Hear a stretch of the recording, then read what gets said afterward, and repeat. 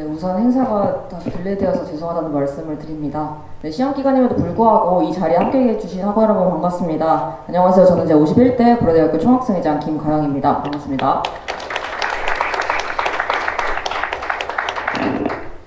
네, 어느덧 4월 18일 4.18 구국대장정이 3일 앞으로 다가왔습니다. 이제 1960년 4월 18일 선배님들이 이제 거리로 나온 이유는 이제 바로 민주주의를 수호하기 위함이었고, 이제 민주주의를 갈망했던 그때의 선배님들과 이제 오늘날의 우리들이 결코 무관하지 않을 것입니다.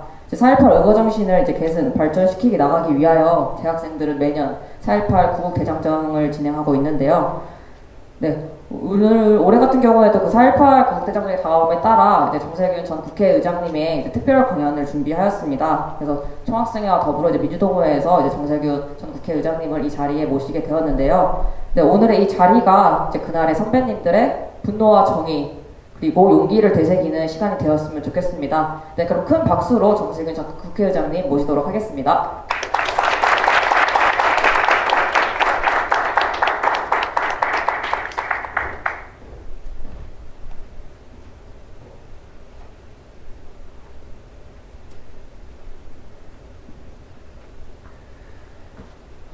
반갑습니다. 제가 정세균입니다.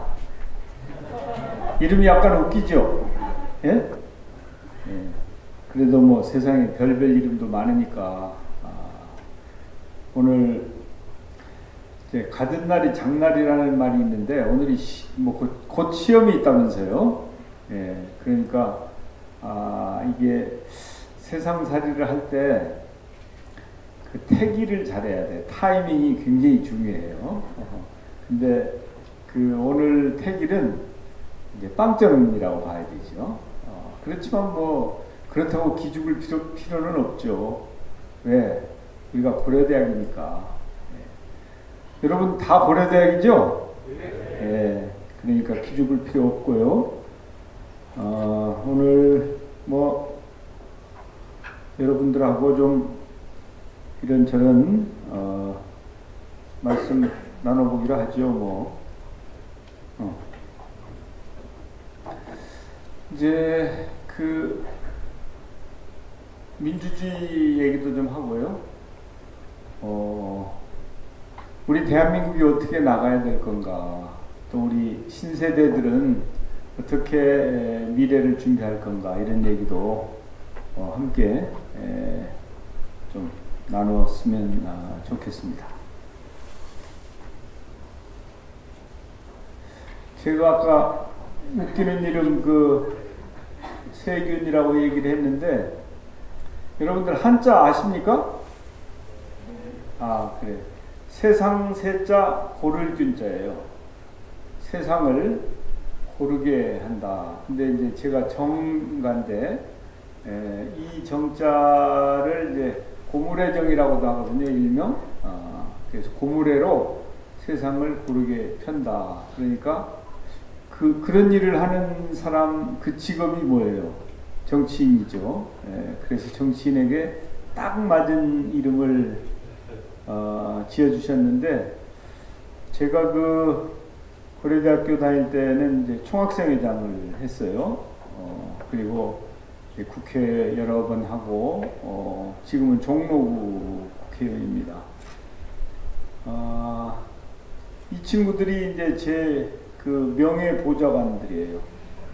얘는 이제 뽀로로에 나오는 루피고, 이 친구는 세균맨이에요. 근데 이 오리지널 세균맨하고 이 정세균의 세균맨은 좀 완전히 달라요.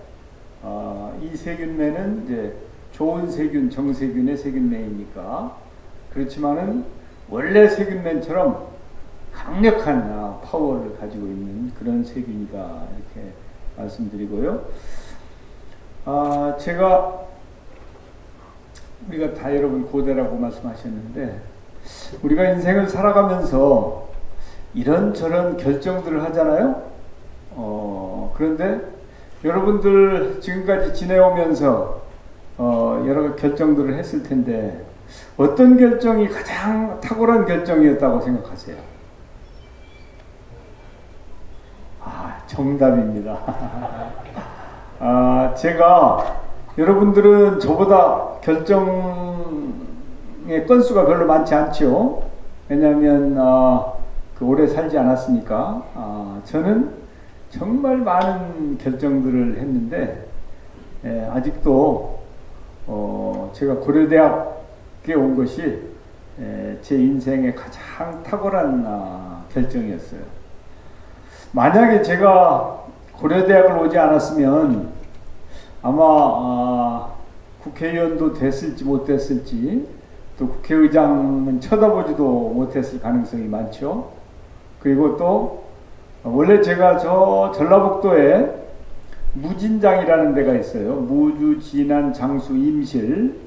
그 무진장, 거기가 제 선거구인데 제가 거기서 4번 국회의원을 하고 서울로 종로구로 왔어요. 아마 제가 연세대학이나 서울대학을 졸업했으면 그걸 못 왔을 거예요. 이따가 또 얘기를 하죠. 하여튼 그래서 가장 탁월한 결정이 고려대학을 온 것이다. 그리고 여러분들도 저와 똑같이 그런 결정을 한 것에 대해서 아주 격려와 축복의 말씀을 하고 싶습니다. 금년도가 3.1운동 100주년이죠. 여러분들 다 아시잖아요. 그리고 이제 1919년 1910년에 한일 합방이 되고 10년 만에 1919년 3월 1일 날 3.1 만세 운동이 있었습니다. 그리고 나서 바로 4월 10일 날 임시의정원이라는 게 만들어졌어요. 임시의정원. 임시의정원이 뭐냐면 이제 국회 전신이에요. 그런데 그 당시에는 국내에서 만들 수 없고 상해에서 이게 만들어졌죠. 그래서 상해에서 임시의정원이 만들어졌는데 여기서 중요한 결정들이 다 이루어졌죠. 대한민국은 민주공화제로 한다. 그리고 국호는 대한민국이라고 한다. 또 임시의정원의 결의에 따라서 임시정부를 구성하고 임시정부가 임시의정원의 결정에 따라서 대한민국을 통치한다. 이런 내용들이 들어가 있고 또 황실을 존중한다는 말도 들어가 있어요. 근데 그 임시의정원에서 이제 대한민국이라고 만들었는데 그 전에는 우리 국호가 뭐였어요? 대한제국이었죠. 예? 그러니까 제국에서 민국으로 이게 왕정에서 공화정으로 바뀐 거예요.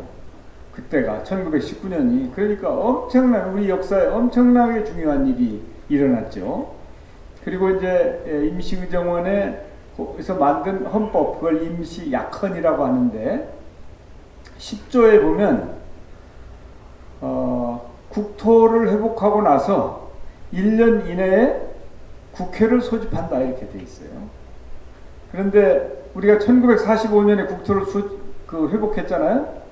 그런데 실제로는 미 군정이 3년 동안 이루어지고 1948년 7월 17일 날 국회가 소집이 되었고 그때 이제 헌법이 만들어진 거 아닙니까? 그런 의미를 갖는 것이 임시의정원이고 임시의정원에서 임시약헌을 만들어서 거기에 따라서 바로 4월 12일 날 임시정부가 만들어졌죠. 그런 임시 3.1 운동, 임시의정원 설립, 임시정부 출범 100주년이 금년이 되는 날인데 지난 100주년 동안 정말 많은 일이 있었잖아요. 6.25 전쟁도 있었죠. 또 군사 쿠데타도 있었죠. 4.19 혁명도 있었죠. 육시방쟁도 있었죠. 5.18도 있었죠. 또 촛불혁명도 있었죠. 이런 많은 곡절을 거치면서 오늘에 이르렀는데 그 100년 동안에 우리 대한민국은 엄청난 성공을 이룩한 나라다. 지구상에 민주주의와 산업을 동시에 산업화와 민주화를 동시에 성취한 나라는 딱 우리 대한민국 하나밖에 없어요. 예?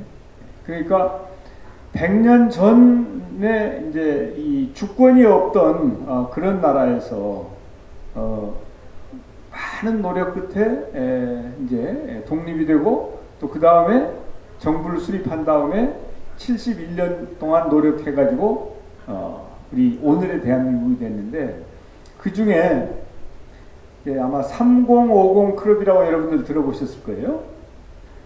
그게 뭐냐면 국민 소득이 1인당 3만 달러를 넘고 인구가 5천만 명이 넘는 나라를 3050 클럽이라고 해요. 그런 나라가 지구상에 몇 개나 있을 것 같아요? 아이고, 이거 너무 쉬운 문제를 내가지고, 이건. 이게 일본입니다. 미국이 아니고. 일본, 미국, 독일, 영국, 프랑스, 이탈리, 그 다음에 우리 코리아예요. 근데 이제 왜 3050 클럽이 의미가 있냐 하면, 이제, 강국이라고 하려면, 좀 센 나라라고 하려면, 최소한도 3만 달러 정도의 국민소득은 있어야 되고 또 인구가 뭐 1000만, 2000만 이런 정도 가지고는 안 되고 5천만 이상은 돼야 된다. 근데 우리는 겨우 둘 다 턱걸이를 해가지고 7번째 우리가 된 거예요. 그러나 엄청난 거죠, 그게. 그런데 만약에 통일 한국이 이루어진다 그러면 인구가 이제 7,600만 정도 되죠. 물론 지금 당장 하면 이제 평균 내면 소득은 떨어지겠지만 금방 그걸 따라잡을 수 있죠. 그러니까 통일 한국이 이루어질 때 우리들의 위상은 훨씬 더 커질 수 있다. 그렇게 생각을 해요. 이제 이런 지난 100년 동안에 우리 고려대학교가 끼친 영향은 엄청나다. 1905년에 개교를 한 이래 4.19 혁명의 도화선이 되었던 4.18을 비롯해서 항상 민주화에는 우리 고려대학이 앞장서 있었고 또 산업화 과정에서도 우리 고대가 끼친 영향은 엄청나다. 이제 그래서 여러분들이 결정한 것 중에서 고려대학교에 입학한 것이 가장 탁월한 결정이다. 이렇게 제가 말씀을 드리는 거예요. 지난 114년 동안의 우리 고려대학교 역사는 정말 찬란한 그런 금자탑이다 이렇게 말씀드릴 수 있는데 그 중에서도 4.18이 특별하다고 하는 것이죠. 이제 3.15 부정선거가 있었죠. 그리고 나서 이제 김주열 열사가 희생이 되고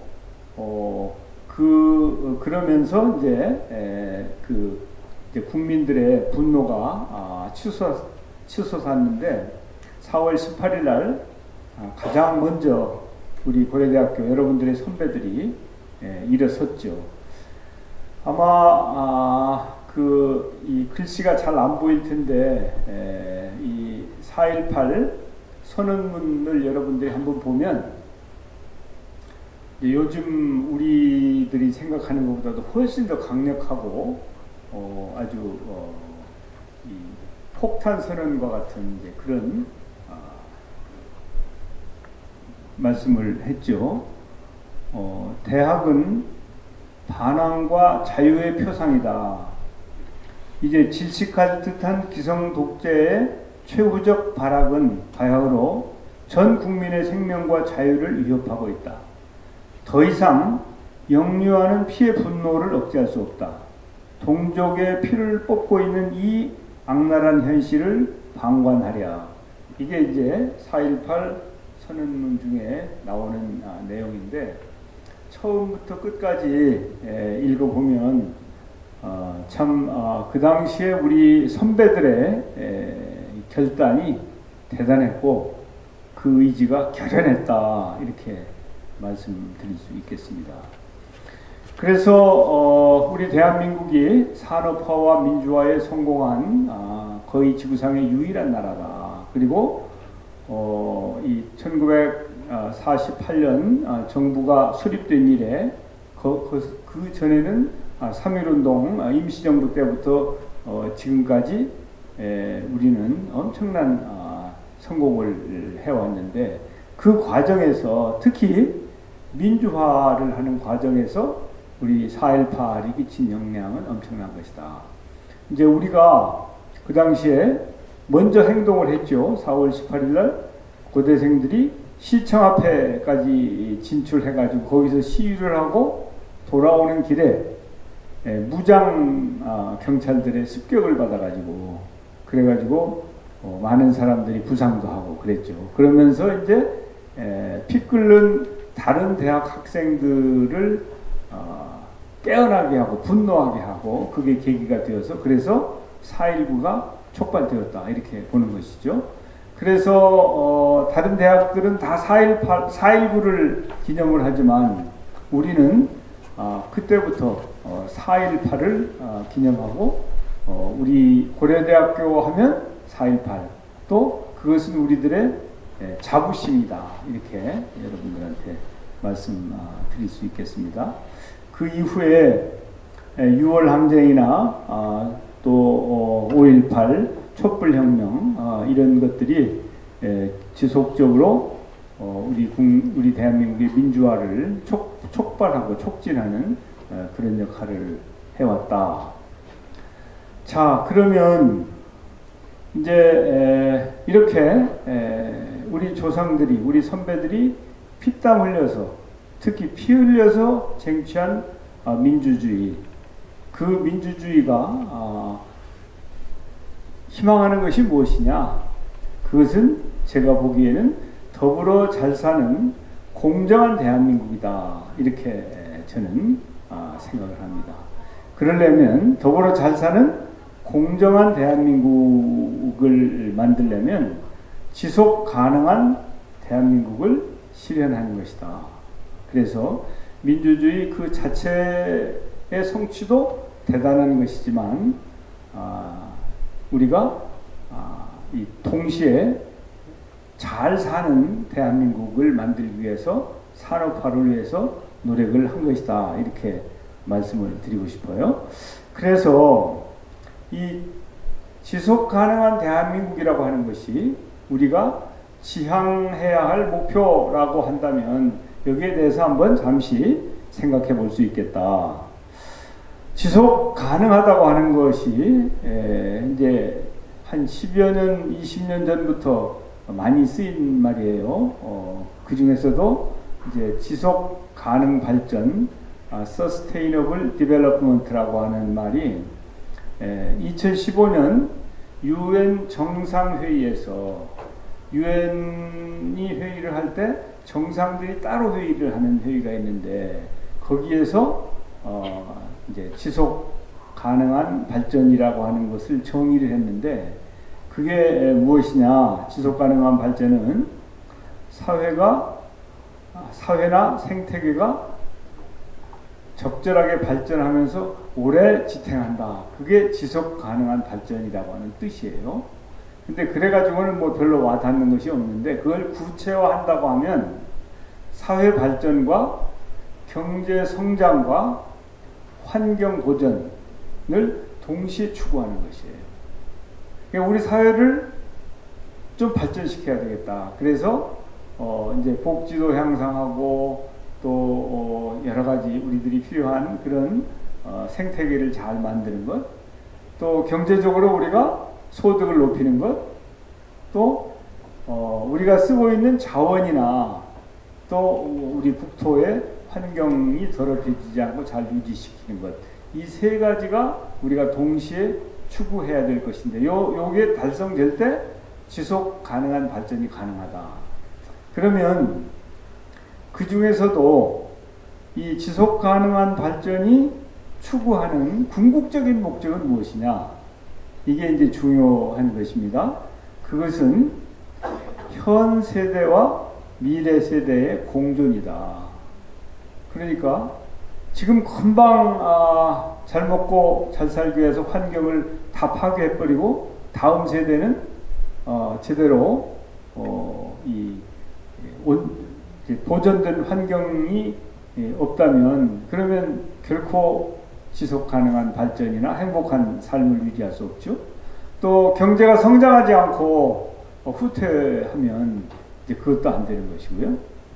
또 우리 사회가 무질서하고 또 서로를 존중하는 기풍도 만들어지지 않으면 안 되는 것처럼 이렇게 경제 사회 발전과 경제 성장과 환경 보존이 함께 이루어지되 미래 세대와 지금 세대가 공존하는 것, 그게 매우 중요하다 이렇게 말씀드릴 수 있는데, 최근에 그 수축사회라고 하는 책이 하나 나와서 제가 잘 읽어보니까 그 책이 생각하는 것은 그런 거였어요. 1차 산업혁명 이후에 인류는 계속해서 팽창하는 그런 세상을 살아왔는데 2008년도 이 뉴욕에서의 이제 이 테러 이후에 이제 지구촌이 수축 사회로 그 방향을 틀고 있다. 그리고 우리 대한민국은 그보다 시기는 좀 늦었지만 이미 이제는 팽창을 마무리하고 수축되는 그런 사회가 되고 있다. 그래서 정치적으로 보면 요즘도 여러분들 뭐 국회가 개점 휴업 상태잖아요. 그리고 대통령 선거를 하고 나면 그 다음 선거를 향해서 벌써 5년 후에 해야 되는데 즉시 치열한 이제 경쟁이 시작되는 이제 그게 우리 정치의 한계이죠. 그러면서 이제 국민들을 아주 불쾌하게 만드는, 국민을 잘 섬기는 것이 정치의 본령인데 거꾸로 가고 있는 것이죠. 또 경제적으로 보면 저성장이 상시화돼 가지고 그걸 이제 뉴노멀이라고 하죠. 저성장, 또 이 고실업, 이게 이제 경제적으로 우리를 어렵게 하고 있고요. 또 환경을 보면 또 무슨 뭐 없던 지진도 생긴다, 또 홍수도 하고, 또 구제역이라든지 뭐 AI라든지 뭐 이런 것들이 막 오면서 우리 환경을 더럽히고 있고, 사회적으로는 저출산 고령화 때문에 이제 인구가 감소하기 시작하죠. 이게 이제 대표적인 문제인데, 2018년에 우리 대한민국의 출산율이 0.98명이에요. 0.98. 그러니까 현상 유지를 하려면 2.1이 돼야 돼요. 2.1이. 그런데 0.98명이 되었단 말이에요. 그래서 1970년에는 어린이가 한 100만 명 정도 태어났는데 계속 줄어서 지금은 30만 명을 조금 상회하는 수준이고, 좀 있으면은 30만 명도 하회할 것 같다는 것이죠.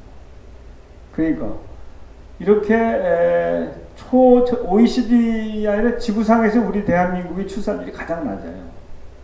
그러면 나라가 쪼그랑바가지가 되는 거 아니냐 이거죠. 예? 예. 그래서 이런 정치, 경제, 환경, 사회 이런 상황을 보면, 야, 이게 지속 가능한 대한민국이 현재로서는 무망하다. 그래서 이걸 우리가 어떻게 해야 될 거냐, 이걸 누가 이 문제를 해결할 거냐, 누가 책임이 있다고 생각하십니까? 결국은 정치가 이 문제를 해결해야 된다 이거죠. 정치가. 그런데 정치가 제 역할을 못하기 때문에 경제, 사회 뭐 어느 것 하나 제대로 돌아가는 것이 없고, 또 미래 세대와 우리들이 함께 공존하는 그런 지속 가능한 대한민국으로 가야 되는데 그게 어렵겠다 하는 고민을 우리가 하고 있는 거예요. 요즘 우리 신세대들을 이제 호모사피엔스의 시대다 이렇게 표현할 수 있을 것 같아요. 여러분들 스마트폰이 몸 가까이에 없으면 좀 불안하죠? 예? 저도 그래요. 저도. 그래서 그야말로 우리가 스마트 시대에 살고 있는데, 스마트는 참 그 멋진 말인데, 이 스마트폰은 우리가 스마트폰의 노예처럼 되어 있죠. 그러나 정말 그 편리하고 또 우리에게 꼭 필요한 그런 도구가 되었는데, 이 정치 개혁을 꼭 해야, 제대로 해야, 그래야 지속 가능한 대한민국이 되겠다, 그런 생각을 하는데, 옛날에는 정치를 그냥 몇몇 사람들이 위해서 했어요. 그런데 요즘에는 여러분이 경우에 따라서는 저보다 더 많은 정보를 가지고 있을 수도 있고, 국민들 중에 특히 정치에 관심이 있는 분들은 정치가들보다 세상 돌아가는 거, 정치 얘기를 더 많이 하세요. 이제 그러니까 옛날처럼 정보를 소수가 독점하고 그들이 의사결정을 하던 정치 시대를 마감하고, 이제는 더 많은 국민들이 참여하고 그들이 의사결정을 하기도 하는 그런 포노사피엔스 시대가 된 것이다. 그래서 만약에 정치 개혁으로부터 우리 지속가능한 대한민국을 위한 방향이 설정돼야 한다면, 이제 정치에 참여하는 일이 매우 중요한 것이죠. 매우 중요하다. 정치에 참여하지 않고 방관하면 정치가 그 역할을 제대로 하기 어렵다. 그러면 현재로서는 뭘 해야 될 거냐? 개헌을 해야 된다. 개헌. 현재 우리 헌법은 31년 되었어요. 87년 체제니까. 그래서 그 사이에 엄청난 변화가 있었죠. 정치, 경제, 사회, 문화적으로. 그런데 아직도 우리 몸에 맞지 않는 그런 옷을 입고 있는 것처럼 현재 그 개헌을 하지 않으면 안 된다, 이렇게 보는 거예요. 특히 이제 많은 국민들이 지금 거기에 공감을 해요. 그 다음에 또 중요한 것은 선거제도를 개혁해야 된다. 선거제도를. 지금은 득표수에 관계없이 1당과 2당이 압도적으로 유리하게 되어 있거든요.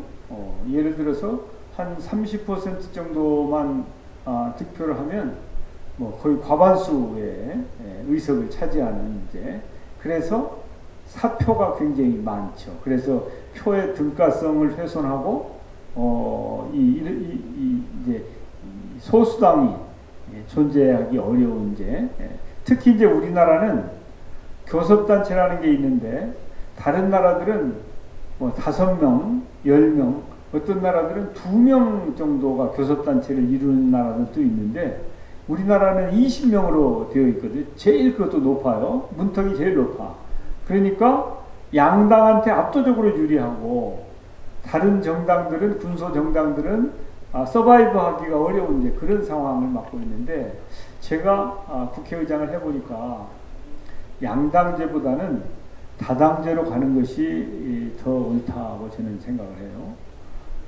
글쎄 뭐 제가 민주당이니까 민주당에는 좀 손해일 수 있겠지만, 민주당이 손해라도 대한민국에게 이익이 되면 그 길로 가야 되는 거 아니겠어요? 그런데 양당의 경우에는 교섭을 하다가 한쪽이 비토를 하고 나가버리면, 그러면은 아무것도 안 돼요.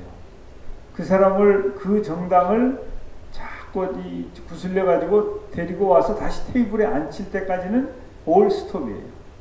그런데 제가 4개 정당 교섭단체일 때 원내대표를, 그 국회의장을 했는데, 그때는 한 당이 비토를 하고 나가면 다른 3당과 함께 해서 그냥 가는 거예요. 예? 그냥 가는 거예요. 그러면 나갔던 그 한 당도 다시 돌아오게 되더라고요. 그런 것처럼 특정 정당, 2개 정당에게 이 비토권을 주는 그런 이 모양새보다는, 그래도 한편으로 정쟁을 하더라도 다른 한편으로는 국정은 제대로 수행하는 모습, 그러려면 다당제가 훨씬 유리하다. 제가 보기에는 한 4, 5개 정당 정도가 연정도 하고 또 경우에 따라서 이렇게 협력하는 그런 모습이 바람직하다, 이렇게 봐요. 그래서 개헌과 선거구제 개편, 이 2가지의 정치 개혁을 시작으로 해서 변화가 필요하겠다. 그러면 개헌은 어떤 개헌이냐? 분권이 핵심이에요. 분권. 대통령에게 집중되어 있는 권한을 수평적으로는 입법기관이나 사법기관과 함께 좀 이렇게 나누는, 뭐 예를 들면 여러분들 사법부 이렇게 보면 대법원장을 비롯해서 대법관이나 헌재소장, 헌재재판관 이런 사람들의 이 임면권을 가장 많이 가지고 있는 게 대통령이에요. 그러니까 원래 사법부와 입법부는 다 독립이 돼야 되는데 독립이 제대로 안 되는 것이죠. 그리고 이제 미국 같으면 행정부는 법안 제출권이 없어요. 의회만 법안을 제출할 수 있어요. 그런데 우리나라는 행정부가 법안을 다 제출할 수 있죠. 그리고 예산 법률주의라는 말 여러분 들어보셨죠? 예산도 법을 만드는 것과 똑같아서 국회에서 입법하는 것처럼 해서 예산 편성을 해가지고 통과시키는 건데, 우리나라는 예산 편성권은 정부에 있어요. 행정부에. 그리고 국회는 예산을 삭감할 권한만 있지 증액할 권한이 없어요. 그러니까 현재는 무늬만 삼권 분립 성격이 매우 강하다. 그래서 수평적으로는 삼권 분립을 제대로 하고 수직적으로는 지방자치를 우리가 실시하고 있는데, 지방자치를 이 지방에는 재정이나 자율권이나 이런 권한이 아주 적고 대부분을 중앙정부가 가지고 있다고 하는 것이죠. 그래서 이것은 중앙정부가 가지고 있는 재정권이나 조례재정권이나 여러가지 입법권 등을 지방으로 이양하는 그런 수직적인 분권이 이루어져야 된다. 그래서 수평적인 분권, 수직적인 분권이 이루어지는 그런 분권이라고 하는 것이 개헌의 핵심이다. 이렇게 말씀을 드릴 수 있겠어요. 자, 이건 이제 여러분들이 당장 뭐 개헌을 감당하거나 또 선거구제를 개편할 수는 없죠. 저희들이 그 일을 해야 되는데 많은 노력을 하고 있지만 아직도 제대로 잘 진척이 되고 있지 않아서 매우 유감스럽습니다만은 앞으로 그런 일을 많이 할 텐데요. 이제 그 4.18 당시 이제 우리 대한민국이 정말 그 민주주의도 또 인권도 정의도 없는 그 상황에서 우리 선배들이 분연히 일어섰다. 이제 그런 말씀을 드렸는데, 지금 우리 청년들 앞으로 어떻게 해야 될 거냐, 아마 여러분들 고심이 많을 거라고 생각을 해요. 이제 우리 청년들은 항상 왜 안 되냐, 왜 안 되냐 하는 그런 그 질문을 스스로에게 던질 수 있어야 된다고 생각을 합니다. 이제 도전이라고 하는 것이 도전이라고 하는 것이 청년 시대에 가장 소중한 그런 그 덕목이고 또 꼭 갖춰야 될 그런 것이다. 그냥 적당히 편안하게 살아가는 청년의 삶은 어떻게 보면 미래가 그렇게 그 약속될 수 있는 그런 것이 아닐 수 있다. 그래서 청년은 좀 더 진취적이고 도전적이고 최선을 다해서 미래를 개척해 나가는 그런 개척자 정신이 꼭 있어야 된다. 제가 이제 고려대학교에 온 것이 여러분들에게는 가장 큰 소중한 결단이 될 것이다. 이렇게 말씀드렸는데요. 고려대학 하면 이제 그런 점을 우리가 생각할 수 있어요.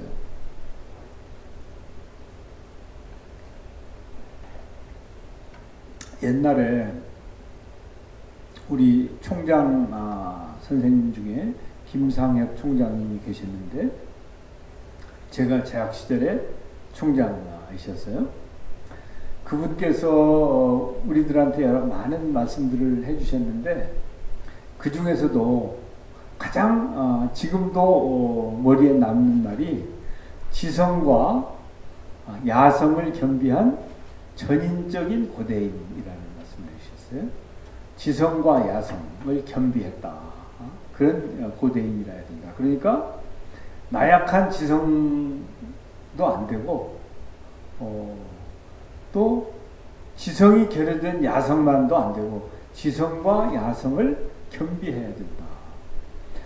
근데 만약에 제가 고려대학을 오지 않았으면 아마 이 정치에 필요한 야성을 제가 키우지 못했을 거라고 저는 생각을 해요. 그런데 고려대학교에 와서 고대신문 기자로 활동하면서 또 총학생회 회장을 하면서 야성, 물론 지성은 대학은 어디나 다 지성을 갖고 가는 곳이지만 특히 고려대학이라고 하는 야성을 키운 곳이 바로 이곳이다. 그런데 요즘 얘기 들어보니까 고려대학의 남녀 학생 비율이 거의 비슷하다고 그러더라고요. 그런데 제가 재학 시절에는 우리 학년이 1600명 정도 됐는데 1600명 그 중에 제 기억으로 아마 여학생은 한 50명쯤 됐었던 것 같아요. 그러니까 이건 남자 대학이라고 봐야 돼. 예? 남녀공학이 아니고 남자 대학이라고 봐야 돼. 그러니까 그 당시에 여자 학우들이 굉장히 힘들었을 거예요. 예? 물론 그때는 뭐 간호학과도 없고 또 이제 사범대학도 없고 그랬던 시절이긴 합니다만, 그래서 특별히 옛날에는 고려대학 하면은 야성이 떠오르는 그런 것이었죠. 근데 제 경험으로 비추어 보면 이제 고려대학에서 야성을 키울 수 있었다. 그리고 지성도 이곳에서 얻었다. 그렇기 때문에 오늘의 내가 있다. 이렇게 저는 생각을 하거든요. 아마 다른 대학을 갔으면 뭐 현재 변호사를 하고 있든지 그냥 뭐 이렇게 이제 이미 다 일 마치고 그렇게 할 거라고 저는 생각을 해요. 그래서 정말 저는 고려대학에게 감사를 하죠. 제가 무진장 임실에서 4번 국회의원을 하고 나서 이제 서울 종로로 왔어요. 그걸 누가 오라고 뭐 부른 것도 아니고 또 지방에서 쫓은 것도 아닌데 제가 도전하기로 결심을 한 거예요. 내가 무진장 임실에서 이제 거기는 아주 시골이잖아요. 여러분들 아시는지 모르겠는데 마이산이 있고 덕유산이 있고 운장산이 있는 곳이 이제 제 선거구인데 거기서 내분을 하고 나서 제가 어떤 생각을 했냐면 이곳에서 이 정도 키워줬으면 그래도 뭐 좀 더 도전을 해야 되는 거 아니냐. 그래서 나는 정치 1번지 종로에 도전하겠다. 그래가지고 종로에 도전을 했어요. 그때 승률은 제가 생각하기에 50대 50이라고 생각했어요. 50대 50이라고. 원래 거기에 이미 털을 잡고 있는 정치인도 있었고 또 종로구가 저 시골에서 올라온 시골 정치인을 그렇게 인정해준다는 보장이 없잖아요. 그래도 저는 만약에 종로에서 선택을 받으면 앞으로 더 큰 정치를 해보고 선택을 못 받으면 이제 그걸로 끝내겠다 하고 결심을 하고 도전을 했는데 그러니까 만약에 선택을 못 받으면 정치를 끝내야 되니까 저로서는 절실하지 않았겠어요? 그래가지고 아주 열심히 열정적으로 진정성을 가지고 노력을 했더니 종로 구민들의 선택을 받을 수 있더라고요. 그래서 이제 제가 이 말씀을 자랑 삼아 드리는 것은 이제 우리가 어떤 목표를 세워놓고 그 목표를 성취하기 위해서는 쟁취하기 위해서는 많은 노력과 열정이 필요하고 도전해야 된다. 도전. 그리고 왜 안 된단 말이야 하면서 스스로를 채찍질하는 노력이 필요하다. 특히 그것은 젊은이들이 가져야 될 가장 소중한 가치이자 행동 양식이다. 이런 말씀을 드리고 싶고요. 그 다음에는 이제 젊은이는 정의로워야 된다. 불의를 보고 그냥 눈을 감으면 이건 젊은이라고 하기 어렵지 않은가. 뭐 그럴 수도 있죠. 그런데 그런 젊은이들이 다수를 이루고 있는 그 나라는 미래가 없다고 저는 생각을 해요. 이제 대한민국이 지난 100년 동안 지구상의 가장 성공한 나라인데 앞으로 100년 동안 우리가 더 큰 성공을 해야 된다고 저는 생각을 해요. 그래서 지금은 이런저런 어려움이 있어 보이지만 어떻게든지 우리 세대보다 다음 세대가 더 잘 사는 대한민국이 되어야 되겠다. 사실은 혹시 다음 세대가 우리 세대보다 더 잘 살지 못하면 어떻게 하지 하는 그런 불안감 같은 게 저한테는 있어요. 그리고 그런 책임의식도 있어요. 우리 대한민국은 3.1 혁명 이후에 아니면 정부 수립 이후에 항상 아들이 아버지보다 잘 살았단 말이죠. 아들, 딸이 부모보다 잘 살았어요. 지금까지 우리 대한민국은.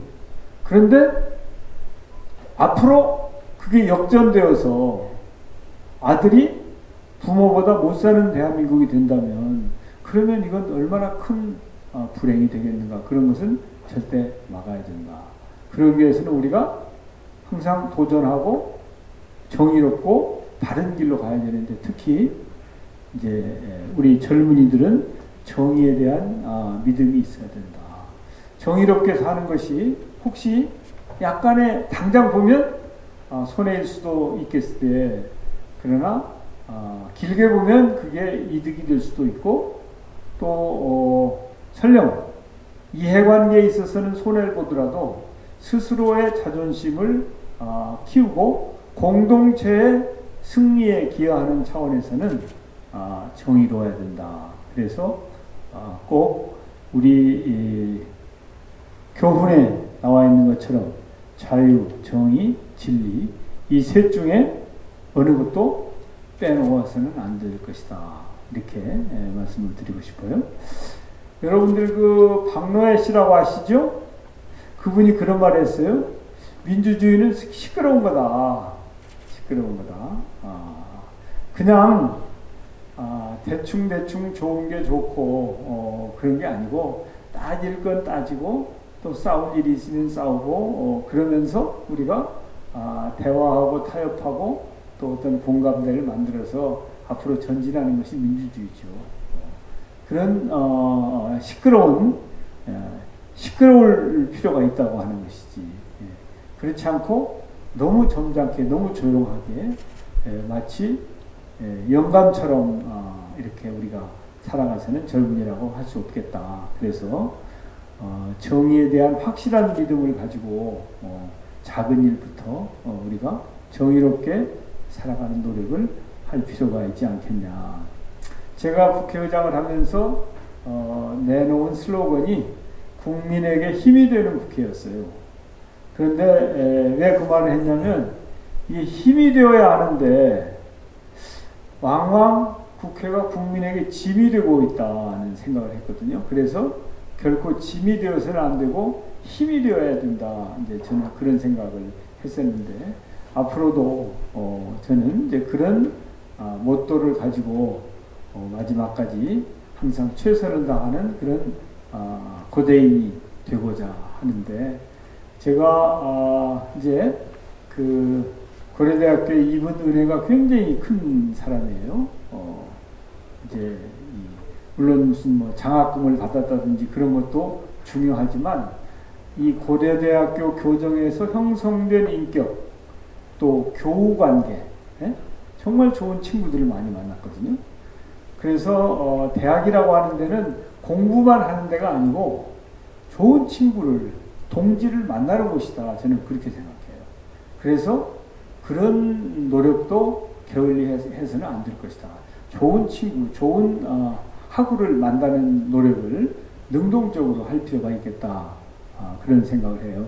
그러면 제가 생각하는 것처럼 여러분들도 내 인생의 가장 탁월한 선택은 내가 고려대학교에 입학한 것이었다라고 말할 수 있는 그런 시대가 올 수도 있다 이렇게 생각을 합니다.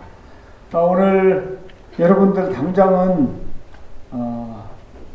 시험 공부를 하는 게 더 우선일 텐데 이렇게 귀한 시간을 내주셔서 너무 감사하게 생각을 하고 이제 여러분들이 그래도 조금 손해를 본 것 같지만 길게는 본전을 찾는 그런 오늘 하루였기를 기대하겠습니다.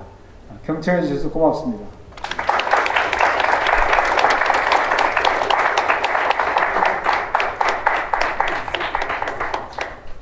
혹시 이제 저에게 질문하고 싶은 내용이 있으면은 여러분들 질문해 주세요.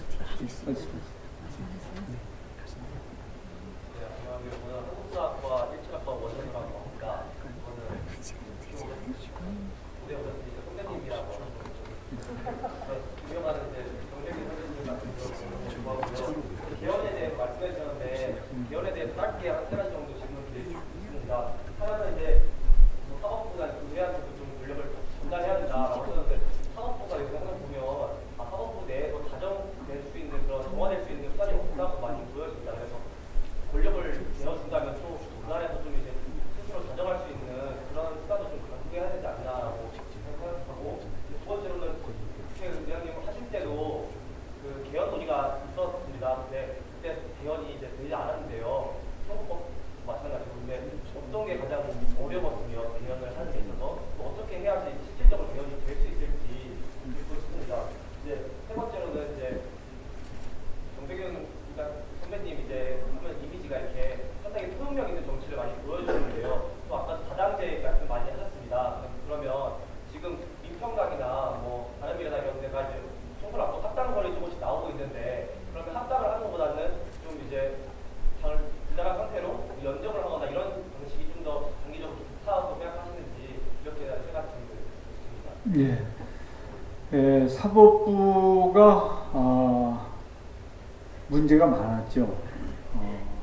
그것은 이제 과거에부터 그랬을 텐데 드러나지 않았을 테죠. 그래서 그 문제는 문제대로 해결을 해야 되지만 사법부가 대통령이나 행정부에 예속되는 것은 더더욱 문제다. 그거하고 이 사법부가 제대로 운영되지 않고 있는 건 별개의 문제예요. 그래서 스스로가 제대로 운영되도록 필요한 조치들이 강구되어야 되겠지만, 그러나 사법부의 독립이 이루어지면 그런 문제도 오히려 더 좋아질 수 있다 이렇게 생각을 하고요. 개헌이 되지 않은 것은 국회의원 한 90%가 개헌해야 되겠다고 생각하고, 국민들께서도 77%가 여론조사를 해보면 개헌에 찬성을 하고 있는데, 개헌이 이루어지지 않은 것은 정당 지도자들의 책임 있는 결단이 없었기 때문에 그렇다고 보거든요. 앞으로도 정당 지도자들이 눈치만 보고 이렇게 자신이 결단해야 될 때 결단하지 않으면 계속 개헌은 지연될 것이고, 그것은 우리 국가의 손해가 될 수밖에 없다 이렇게 생각을 하고요. 이제 앞으로 여러 정당이 제가 이제 다당제를 선호한다는 말씀을 드렸는데, 앞으로 어떻게 다음 총선을 해서 어떻게 했으면 좋겠냐 그런 질문이신 것 같은데, 저는 수시로 이합 집산하는 것은 참으로 후진적인 거다 이렇게 생각을 해요. 그래서 물론 그 정치 철학이 같고 정강 정책이 비슷하면 당이 합치거나 뭐 할 수도 있겠죠. 그리고 또 다 같은 생각을 가지고 있으면서 개인의 이해관계 때문에 막 이합 집산하고 나누어지는 것은 바람직하지 않다고 보여지죠. 그러나 하여튼 정당이 만들어졌으면 그래도 오랫동안 지속되는 것이 바람직하지 자꾸 모였다 해쳐 모여 했었고 하면 국민들은 혼란스럽고 우리나라는 말이죠. 정당사를 볼 수가 없어. 하도 정당이 많이 바뀌어가지고 저는 제가 6선 국회의원이거든요. 근데 당을 이렇게 옮긴 적이 한 번도 없어요. 옮긴 적이. 그런데 제가 당선된 당의 이름은 다 달라요. 처음에는 이제 새정치국민회의로 당선이 됐고, 그 다음에 뭐 통합민주당, 열린우리당, 또 하여튼 그렇게 해가지고 새천년민주당 뭐 이렇게 다 달라 이렇게. 예? 그게 참 저는 이건 후진적인 거라고 생각하거든요. 그래서 그거보다는 좀 꾸준하게 국민의 신뢰를 얻기 위해서 노력하는 것이 좋다 이렇게 보죠. 또 다음에 여기 역사교육과 현실사를 하십니다. 회의장 하시면서 겪었던 나무처럼 같은 시에 지식했고 그래서 그 국회의장 하시면서 가장 좋았던 게 하나랑 가장 좀 기억하고 싶지 않은 기억 하나만 딱 보여주시면 어떤 게 이제 가만히 있어 뭐이 좋았었지 내가 이제 그래도 보람이 있었다고 할까 그런 것은 이제 우리 정당들이 서로 대화와 타협을 소홀히 하는데 이제 그런 걸 좀 중재를 열심히 해서 좀 나름대로 성과를 가진 것. 그러니까 싸움이 좀 잦아들었죠. 제대로 일은 안 해서 그렇지. 이제 그런 것은 좀 보람이라고 할 수 있겠고, 저는 이제 국회에 정시 시작하는 것을 제가 문화를 만들었어요. 정시에 시작하는 것. 옛날에는 어떤 때는 20분, 30분 그냥 시작이 이렇게 딜레이가 됐었는데 저는 딱 시간 되면 시작하니까 그때까지 안 왔던 사람들이 그 다음부터는 빨리빨리 오더라고. 그런 것도 있는데 어려웠던 일은 역시 그 대통령 탄핵이 가장 어려웠던 일이죠. 그게 저 스스로가 저런 대통령은 탄핵이 돼야 된다. 그래서 그걸 적극 추진한 사람이지만 다른 한편으로 생각하면 이제 헌정 질서가 이제 깨지는 거 아니에요. 헌정이 중단되는 거 아닙니까? 그것은 참으로 가슴 아픈 일이었죠. 그리고 이제 그 국회에 지금 법안이 13,000건이 계류가 되어 있어요. 13,000건. 아니 법안을 발의를 했으면 심사를 해가지고 가부간에 결단을 내려줘야 될 거 아니에요. 제 얼굴에 침 뱉기지만 내가 얘기를 하면. 근데 제가 재임하는 기간에도 한 7,000건 정도가 계류가 돼 있었거든. 계속 그냥 어디 기업의 본부장처럼 각 상임위원회에 위원장과 간사를 불러서 독촉을 하고 해도 그래도 잘 안 되는 거예요. 그래서 이제 최근에는 또 어떤 법을 만들었냐면 무조건 매월 2번 이상의 법안 심사 소위를 개의한다. 그런 법을 만들었어요. 근데 그게 페널티가 없는 법이에요. 그걸 안 지키면은 처벌을 해야 되는 처벌 조항은 없는 거거든요. 그런 걸 이제 훈시 조항이라고 그러잖아요. 훈시 조항. 강제를 하긴 하는데 이제 이 강제할 방법이 없는 훈시 조항인데 이게 이제 제대로 될지 4월달 지금 두고 봐야죠. 그 법을 우리가 통과시켰으니까 이제 그런 어려움 같은 게 있었죠. 또 저 뒤 거기 K. 저는 사회학과 19학번 박원규라고 합니다.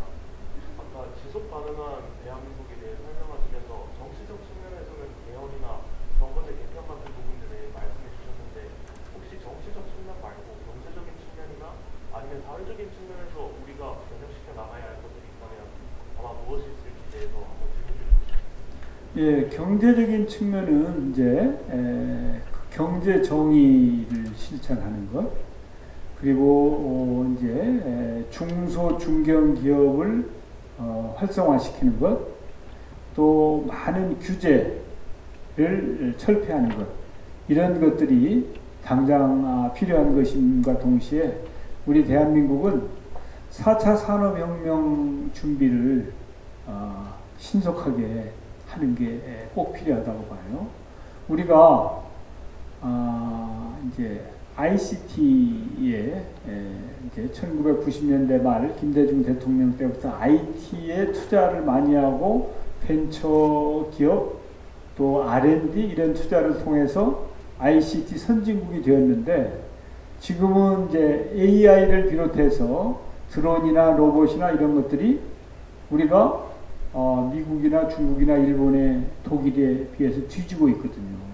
그러면 지금 우리가 가지고 있는 제조업 경쟁력이 얼마 가지 못해서 깨질 수 있단 말이죠. 그렇기 때문에 그런 준비를 철저히 하는 것이 가장 중요하다, 이렇게 보고요. 이제 그 환경 문제 같은 경우에는 우리가 다 함께 노력을 해야 돼요. 예를 들면 어떤 때 화장실에 가보면은 그 손을 씻고 거기 써붙여놨어요. 한 장이면 충분하다고. 근데 막 2장이 아니라 막 4-4장까지 막 뽑아가지고 그냥 대충 쓰고 버린다는, 이건 아주 정말 안 되는 일이죠. 그리고 에너지를 너무 낭비한다든지, 물을 많이 쓰는 것도 에너지 낭비라는 거 아니에요? 예. 그리고 전기를 비롯해서 여러 가지 이제 그런 작은 일부터 국민 각자가 환경을 보존하고 우리 사회가 건강하게 나아갈 수 있도록 노력하는 일. 또 이제 시집 장가를 빨리 가서 둘 이상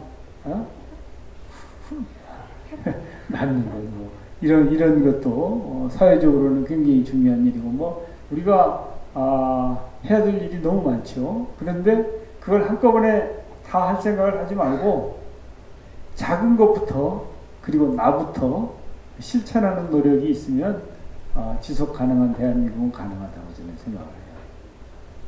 또 우리 아까 여학생이 누가 하나, 여학생.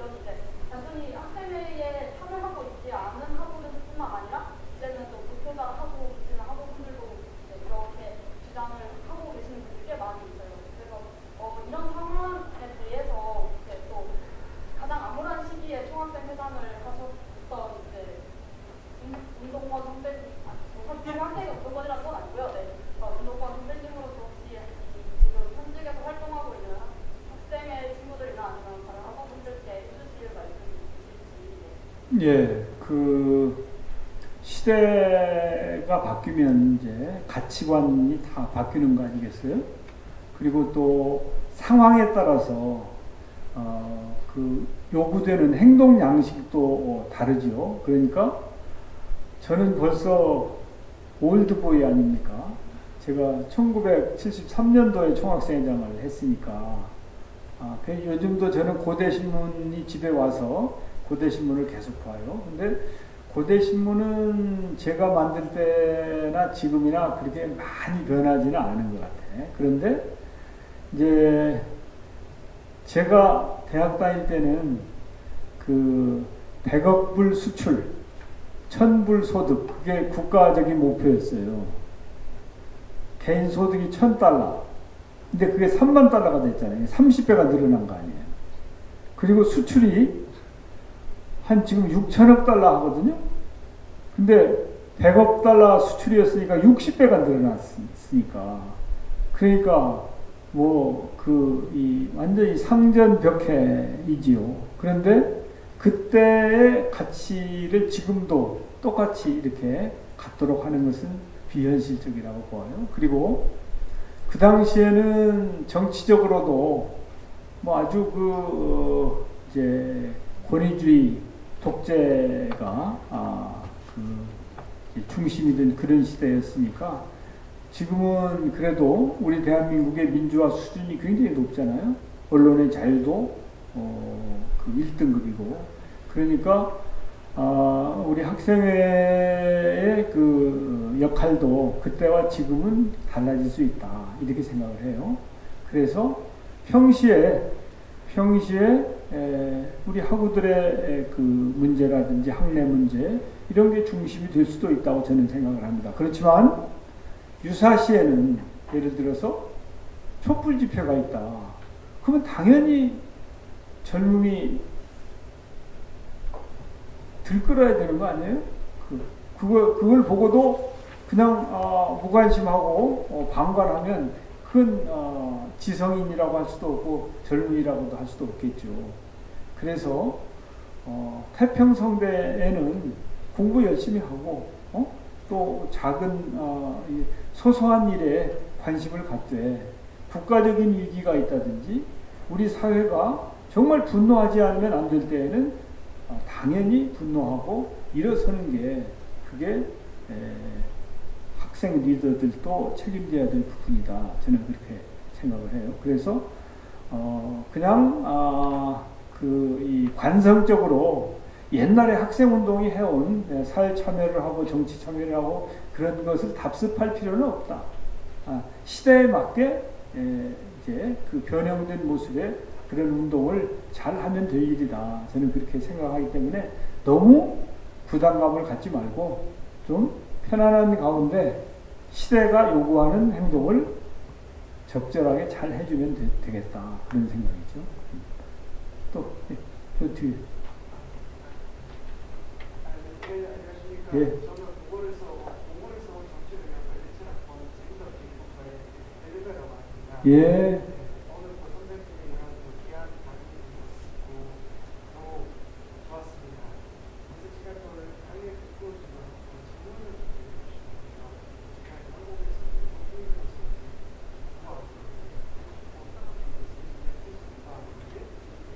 이분은 언어적인 문제하고 한국에서 혼자 어려운 부분들이 가장 약속도 한국 국회하고 같이 이런 데 지금 관련된 정책이나 어떤 식으로 또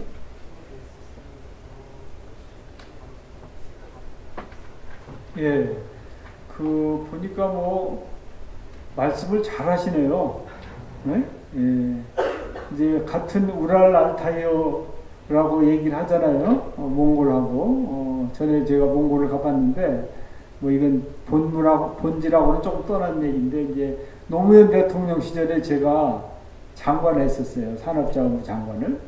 그래서 대통령을 모시고 몽골에 갔는데, 5월 말쯤인데, 비가 오고 막 바람이 치고 눈보라가 쳐가지고 원래 이제 이 대통령이 가면 사열을 하잖아요.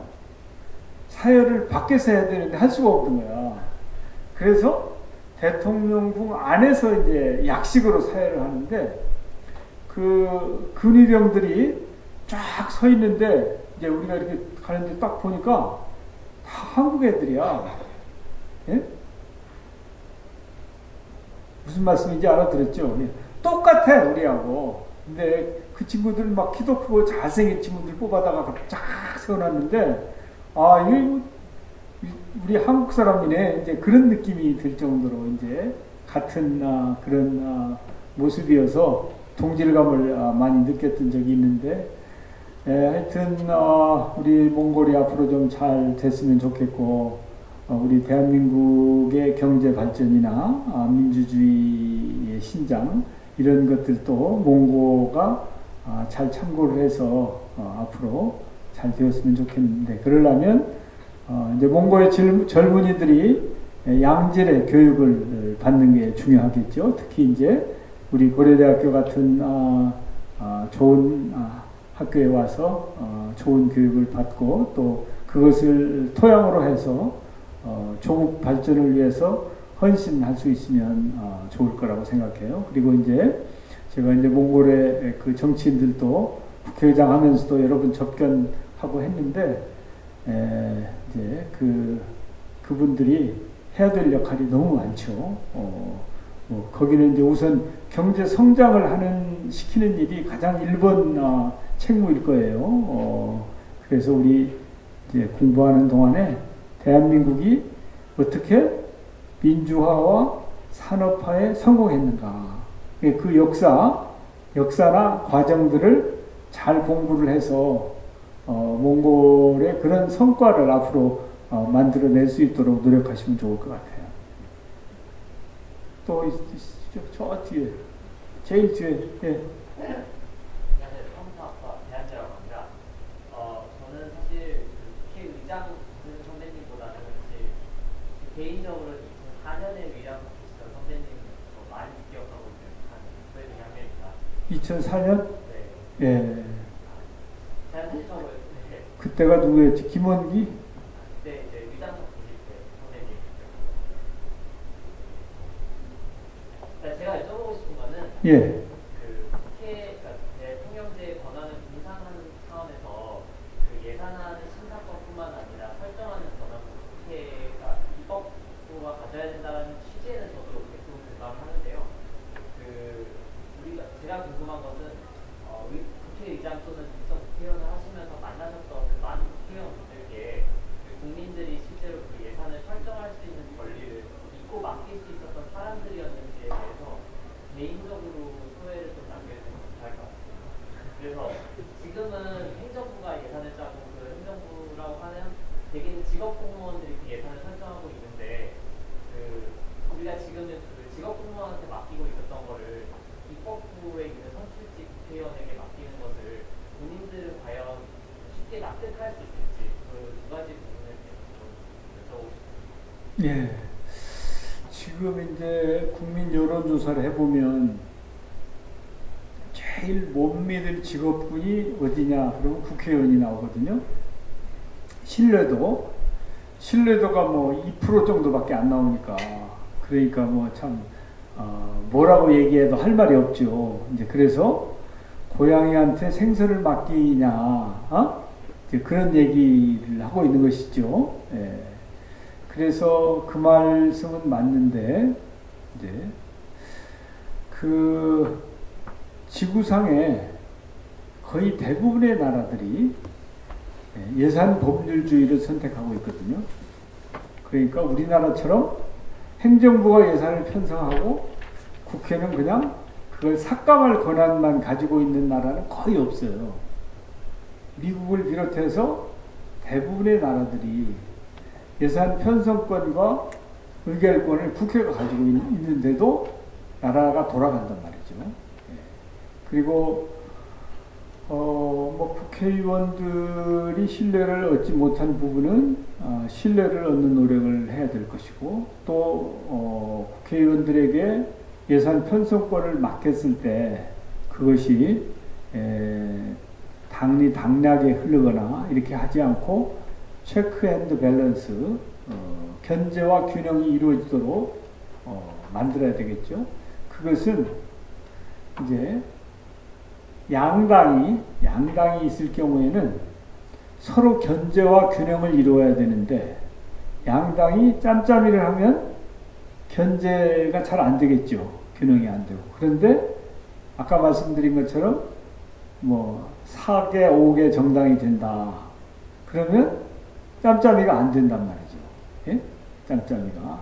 그렇기 때문에 그런 이제 이 견제와 균형이 이루어지도록 제도적인 장치를 하고 정치 개혁을 하면 그런 문제들은 우리가 해소할 수 있다. 저는 그렇게 생각을 해요. 그래서 양당제가 가지고 있는 그런 약점을 보완할 수 있는 그런 선거구제 개편이나 개헌 같은 게 그런 게 필요하다. 그렇게 보는 것이죠. 그래야 그런 부작용을 우리가 방지할 수 있다는 것이죠. 그러나 지구상의 다른 나라들이 다 하고 있는 걸 한국만 못한다. 이것은 좀 비현실적인 판단이다. 이렇게 보죠. 또 잠시만요. 자유정보학부 일부학번 나왔습니다.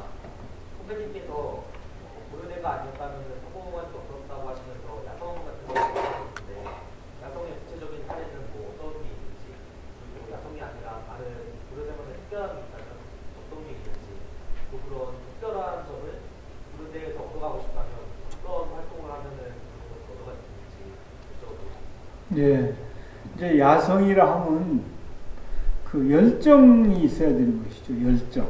예? 이게 차갑고 냉철한 지성 말고 불의를 보면 뭔가 분노하고 또 옳은 일을 보면 같이 가담하고 싶고 하는 그런 열정이 있어야 되는 것이죠. 그리고 용기가 필요한 것이죠. 용기가. 그냥 바른 일이 있으면 하면 되는 것이지 이렇게 하면 이익을 볼까 손해를 볼까 어떨까 이렇게 노심초사하거나 좌고우면하지 않고 나서야 될 때는 과감하게 나서는 이제 그런 열정과 용기 같은 것 이제 그런 게 필요하다고 하는 것이죠. 그런데 우리 고려대학은 4.18에서 보았듯이 우리 선배들은 열정이 있고 용기가 있었다.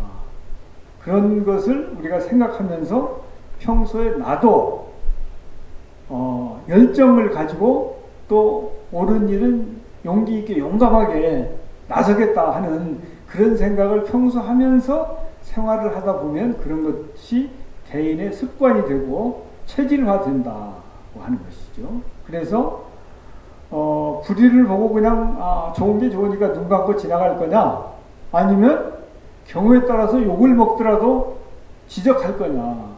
그게 이제 우리 고려대학이 가지고 있는 특별한 점이라고 하는 것이죠.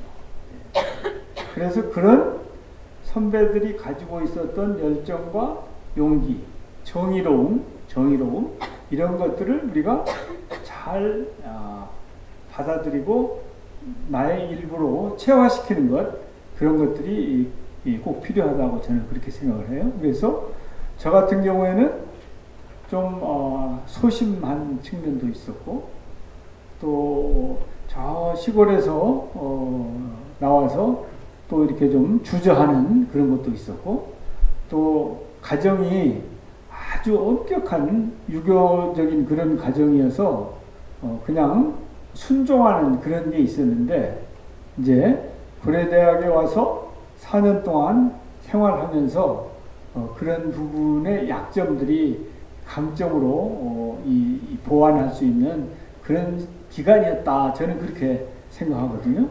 그래서 이제 정치를 할 때도 좀 손해를 보더라도 바른 말을 하고 이제 그렇게 하는 것들이 다 내가 젊은 시절에 고려대학에서 체득한 그런 거다. 이런 자부심이 있는 거예요.